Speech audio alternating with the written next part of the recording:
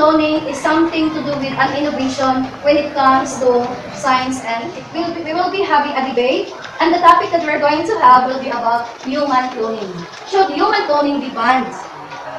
So we will be listening the ideas from the affirmative side and from the negative side, and also from the audience. Our judges also can ask questions if they want. We are also welcome. We will welcome that one also.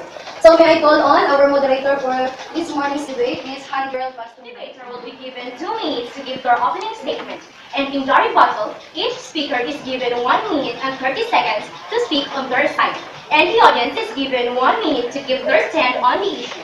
Before the debate proper, let me introduce first the debaters from the Academy Races Sparta, Aramonet Gabika, Mario Wicapano, Rika May Rada, Risa May Abrilio, and Jella Rodinas. And to the negative side, we have Jeremy Madinay, Dave Jet Bernard, Mildred Antofina, Ira Shane Lipit, and Daisy May Villiver, reporter, and John Isaac Benjola, timekeeper. Let us welcome our judges for today's debate, Mrs. Thelma A. Moreno, our school principal, Mrs. Eileen May D. Tiboy, science teacher, Mr. Quirino D. Luxagol, master teacher in English, and Sir Rosalia Reves for his presence. And now, it's time to start the debate with the topic, should human cloning be banned? May I call on the first speaker from the affirmative side. Human cloning refers to the creation of replicas or identical copies of human through genetic engineering techniques. Human cloning was a popular theme in science fiction literature, but technological progress has made it possible the clonation of species. Scientists have already managed to successfully clone plants and animals, and in theory, using similar technologies that they could create copies of humans. Human cloning has brought a lot of benefits, such as reproductive of infertile couple, plastic, defective genes could be eliminated, reconstructive, and cosmetic surgery to prevent some genetic disorders and syndromes, and to cure some diseases and disorders. Dr. Richard said, one of the proponents of human cloning technology suggests that it may someday be possible to reverse the process of aging because of what we learned from cloning. With a lot of benefit, therefore, human cloning should not be banned. Some doctors and scientists believe that humans can get a lot of benefits from cloning. For instance, genetic manipulation could be regrow damaged cells and use a type of manipulation of sickness and injuries. Using cloned human bodies instead of animals for experiments can help researchers and scientists find cures for health conditions and disease more effectively. Thank you. How about from the negative side, who strongly disagree that human cloning should be banned? On the other hand, we cannot omit the dangers that human cloning may bring to our societies. Many people believe human cloning is simply unethical. It could have far-reaching consequences on the human race as a whole. The argument is that opening up genetic cloning could give rise to selective procreations whereby only babies with certain genetic makeup created. Others believe it could reduce genetic variations, which could lead to an increased susceptibility to certain diseases. The technology used in cloning is still in its early stage of development, and therefore it could cause lots of problems. When it comes to the manipulation of genes, unforeseen consequences usually occur. Criminals could use human cloning to get away from crimes or exploit human cloning for unethical business practices.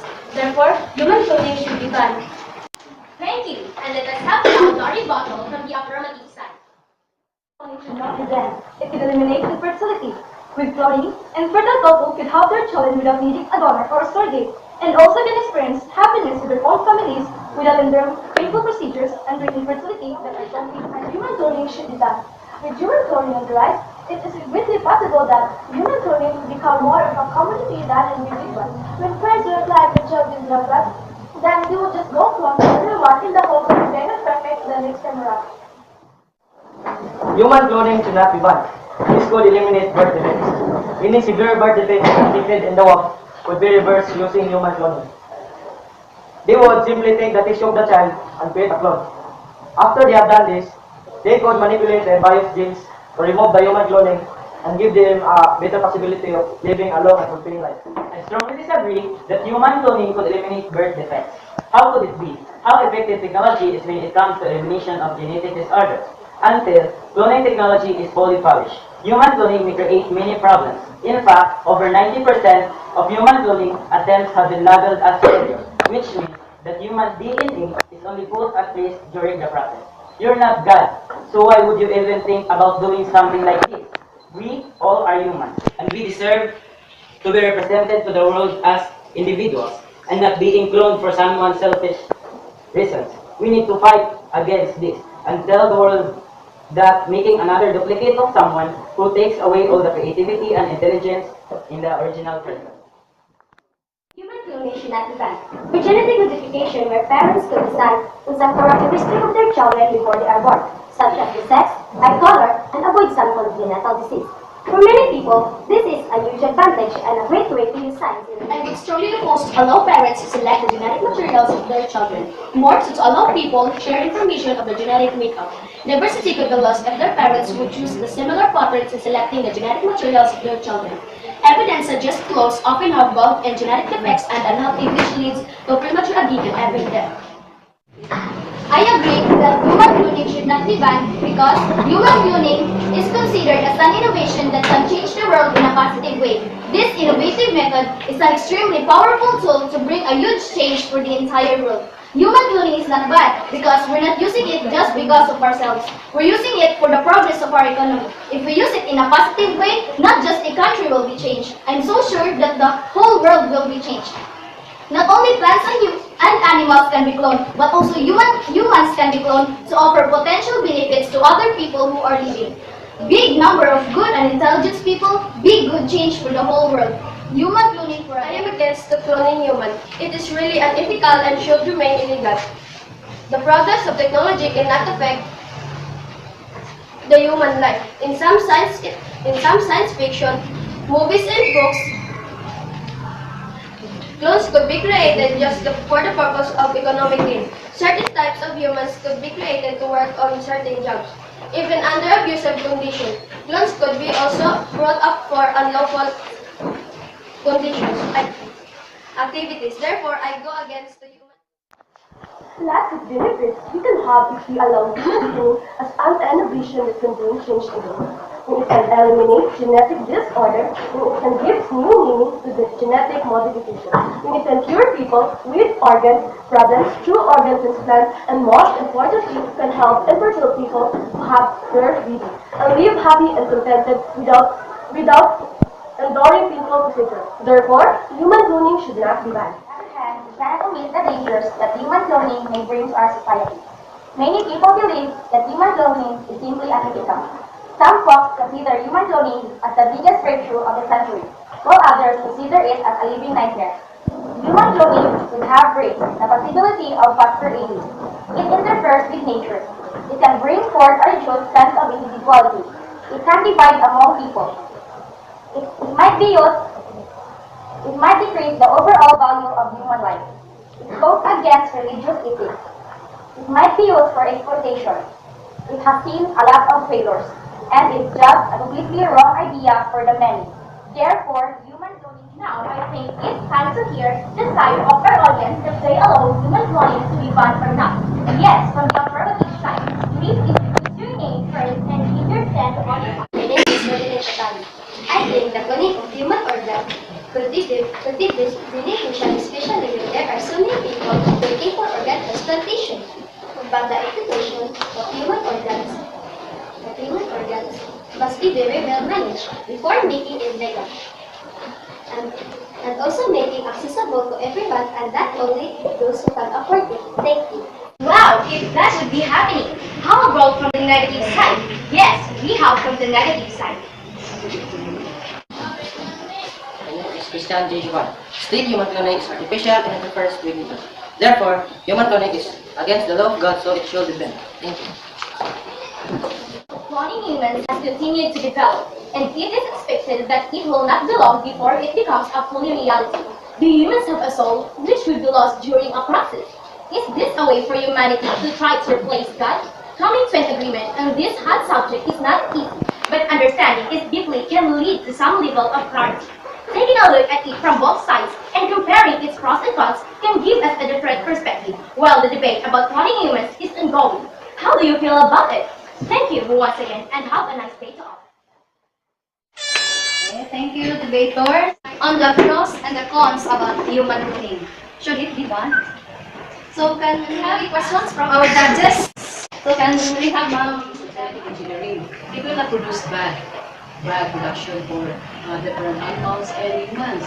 So if they have a goal in life that they will have a peaceful world to make, so they're not going to make bad production. But we are very doubtful of the effect of the human cloning. It is also. Thank you very much, ma'am, for the ideas. And we also have I have two sets of questions on the positive side, either on an endangered and dominant species. We know that cloning, we select the best and legalize, so there is a tendency that there will be a production of the dominant species, and then there will be a endangering of the remaining species which are not favorable to us. So how do you think you can address that? Or do you think it's not a big problem? Then if it is a problem, how can we solve it? affirmative side. Honey Grace. About the question of Mr. Treno, it's not a problem because we all part of the ecosystem. There is, you can say, a perfect one or not perfect one because we have differences in each other. So we cannot judge a one human about her or his physical appearance. Just always positive about him or her because it was a good way to become a real human in this world. So that makes us not for judging a people, just to become a friend to the people and respect them. And thank you. Okay, so thank you very much for that very nice and brilliant idea. Second question goes to the negative side. Yes, Either of you can also answer and comment on this. Let's say you are proven that you cannot bear a child with your husband or with your partner. And the only possible solution for that is to have cloning. Now, do you think you will not go for cloning in that matter? it's from the negative side. Do you think you will not grab the opportunity? But it's not that opportunity because that is the only solution. Do you agree with Gisami's answer that cloning to be the best solution to have a baby? Or you will not agree with the idea of Gisami based on the question of Sir Quirino? So what is your stand about that? What Jason did say about human cloning is not the only one who also adopt children. Okay, so sabi that human cloning is not the only solution to have a baby. Why not adopt a child? Adopt a baby from a charity. So, or sharing. How about you, Mildred? Mildred? Okay. How about you agree with Sharon? Why? Because human cloning is a very helpful to us because if we don't have, if our gonna make our own baby, we can use human cloning. So, recommend adopt to allow human cloning to have a yes, Gisami. I agree with the answer of recovery because for the couples who can have a child or lost their child, human cloning is the best way to have a child. Prisami, according to Prisami, that human cloning is the best way to have a child without enduring pain from a particular surrogate or whatever. Okay, thank you. How about Ma'am Eileen? Ma'am Eileen, you have a question? Okay, so this is not a question, it's just like my reflection on what the debate is about. I think the affirmative and negative side must be given credit that they are doing their part. And then, just like human cloning, if we're going to have human cloning, we can create genius individual organisms. But always remember that greater power means greater responsibility. So, we cannot assure that there will be no chaos in the world if we are going to produce very intellectual person or very genius person.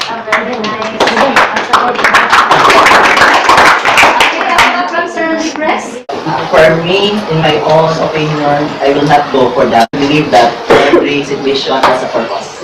The purpose of human cloning and genetic engineering, and balikan ako, is to perfection, which is I don't know if it's possible or not. So as of this time, we don't appreciate that. No? Parang ilang hihintong because it's very expensive pa rin. Okay, thank you very much, ma'am. Do you have any additional observation? This is just an additional insight. The issue is that in the human cloning, I think it depends on the person. It is a responsibility of the person being cloned, and it is also a responsibility of the process of the one undergoing the process. So I think it's just a win-to-win side. But personally, if I'm going to make my own opinion also on the personal level, I will go for that. Telma, go for the affirmative side. So, Aileen, sir, consider it for the negative side. So, 50-50. What is important is, she's the one also in the So, whether you will go for human cloning or not, it depends on you. So, I think that's all for this morning.